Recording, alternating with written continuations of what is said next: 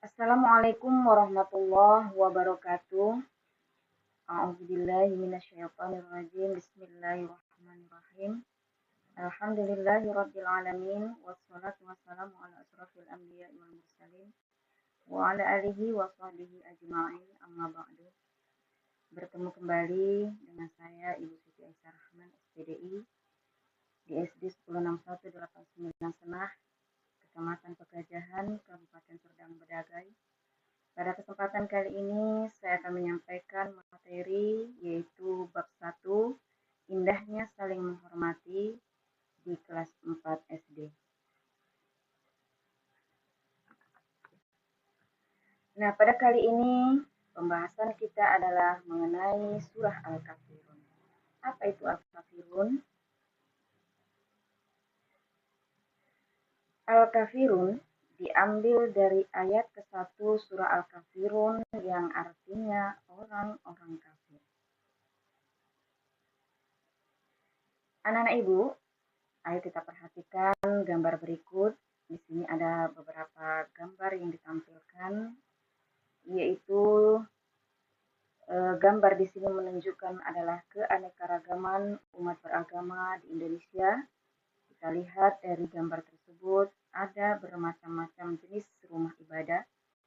Di antaranya yaitu rumah ibadah umat Islam, yaitu masjid, kemudian rumah ibadah umat Kristen, yaitu gereja, kemudian rumah ibadah dari umat Hindu, yaitu pura, kemudian rumah ibadah dari umat Buddha, yaitu namanya vihara, selanjutnya rumah ibadah umat Konghucu, yaitu kelenteng.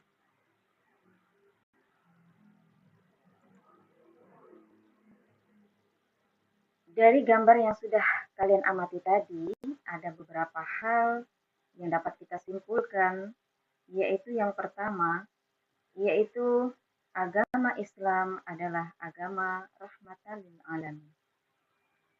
Apa itu maksudnya?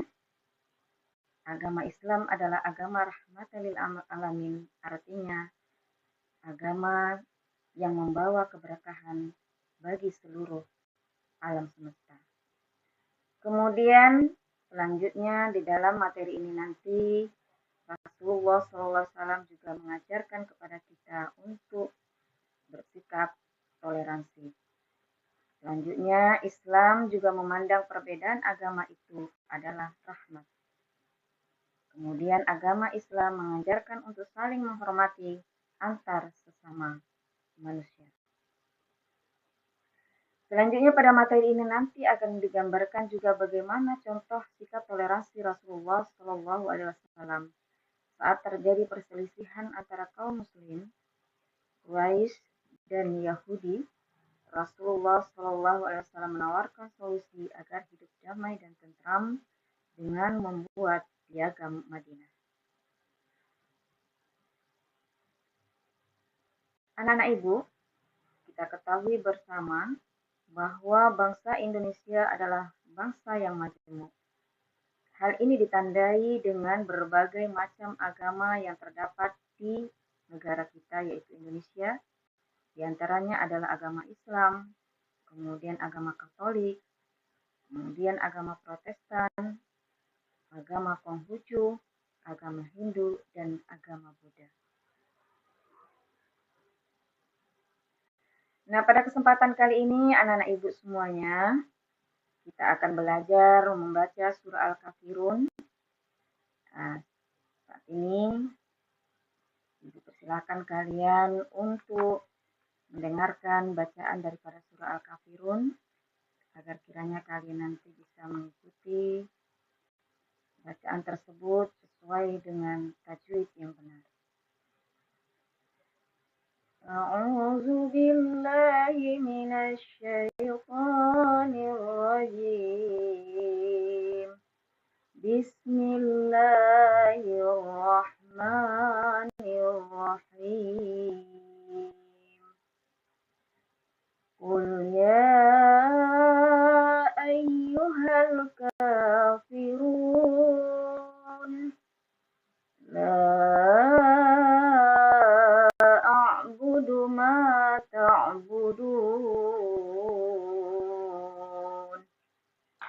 ولا أنتم عابدون ما أعبد ولا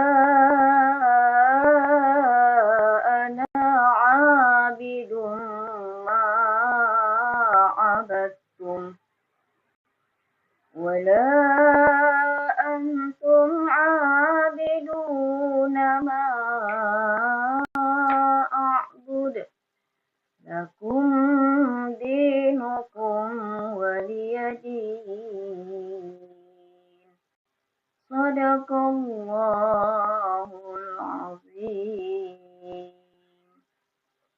Yang artinya, dengan nama Allah yang Maha Pengasih lagi Maha Penyayang. Katakanlah Muhammad, wahai orang-orang kafir, aku tidak akan menyembah apa yang kamu sembah, dan kamu bukan penyembah apa yang aku sembah. Dan aku tidak pernah menjadi penyembah apa yang kamu sembah. Dan kamu tidak pernah pula menjadi penyembah apa yang aku sembah. Untukmu agamamu, dan untukku agamaku.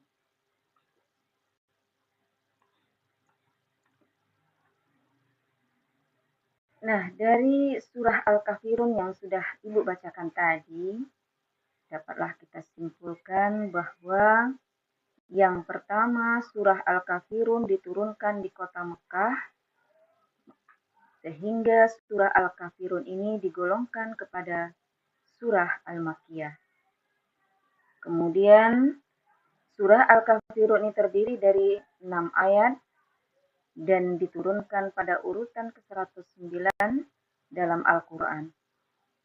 Surah Al-Kafirun ini diturunkan setelah surah Al-Ma'un, kemudian surah Al-Kafirun artinya adalah orang-orang kafir. Ini diambil, penamaan daripada surah Al-Kafirun ini diambil pada ayat pertama dari surah Al-Kafirun. Kemudian surah Al-Kafirun ditujukan untuk kaum musyrikin. Selanjutnya dinamakan surah Al-Kafirun karena Rasulullah SAW dan kaum muslim tidak akan menyembah berhala yang mereka sembah. Anak-anak Ibu, perlu kamu ketahui bahwa nama lain daripada surah Al-Kafirun itu diantaranya adalah Al-Ibadah. Karena surah ini memproklamirkan ibadah hanya kepada Allah Subhanahu wa Ta'ala dan tidak beribadah kepada berhala yang disembah orang kafir. Kemudian nama lain daripada surah Al-Kafirun yaitu surah Ad-Din. Kenapa dinamakan surah Ad-Din, anak-anak Ibu? Ya, karena surah dinamakan surah Ad-Din ini diambil pada ayat terakhir dari surah Al-Kafirun, yaitu lakum dinukum waliyadin. Din di situ adalah nama lain daripada surah Al-Kafirun. Kemudian nama lain daripada surah Al-Kafirun berikutnya yaitu surah Al-Munabazah dan surah Muqassqasyah. Anak-anak Ibu, kamu juga perlu tahu asbabun nuzul atau sebab-sebab diturunkannya surah Al-Kafirun ini oleh Allah kepada Nabi Muhammad SAW, yaitu ketika peristiwa Rasulullah SAW didatangi beberapa pemuka orang kafir Quraisy. Mereka menawarkan untuk saling membantu dan bekerja sama dalam menjalankan ibadah agama. Kaum Quraisy mengajak Rasulullah SAW dan kaum muslimin lainnya untuk bersama-sama melaksanakan agama Islam, sama-sama melaksanakan ibadah ke masjid, sama-sama menyembah Allah yang sebagai Tuhan daripada umat Islam. Kemudian mereka juga mengajak umat Islam bergantian menyembah berhala yang mereka sembah. Nah, inilah yang kemudian Allah menurunkan daripada surah Al-Kafirun ini supaya menegaskan bahwa tidak ada yang namanya kerjasama yang berkaitan dengan masalah akidah atau keyakinan. Ini tertera daripada pesan ini tertera di dalam surah Al-Kafirun ayat yang ke-6 yaitu lakum dinukum waliyadin. Untukmu agamamu, artinya untukmu agamamu di sini apa? Bahwa ajaran agama yang mereka anut hanya untuk mereka dan ajaran agama yang dianut umat Islam hanya yang akan dijalankan atau dilaksanakan oleh umat Islam itu sendiri. Selanjutnya orang Islam ini hanya menyembah Allah, Tuhan yang Maha Esa, tanpa harus berganti-ganti sesembahan dengan orang kaum kafir Quraisy. Ketentuan ini tersurah ya, secara jelas dalam surah Al-Kafirun untuk tetap bersikap baik terhadap penganut agama lain. Tidak harus menghina, tidak harus mencaci, dan tidak harus mencela, menghina, mencaci, tapi tetap saling menghormati serta bekerja sama dalam hal sosial dan kemasyarakatan yang bermanfaat bagi manusia. Jadi tidak ada namanya akidah atau keyakinan bercampur aduk dengan keyakinan atau akidah dari agama lain. Nah, demikian saja penjelasan dari Ibu.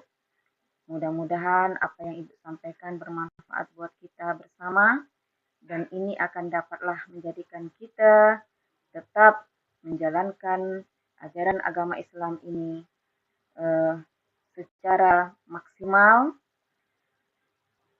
Yang namanya sosial tetap kita laksanakan, tapi yang namanya akidah kita jangan campur adukkan. Sekali lagi, apa yang Ibu sampaikan pada saat ini mudah-mudahan bermanfaat bagi pembelajaran kita hari ini. Lebih dan kurangnya Ibu mohon maaf.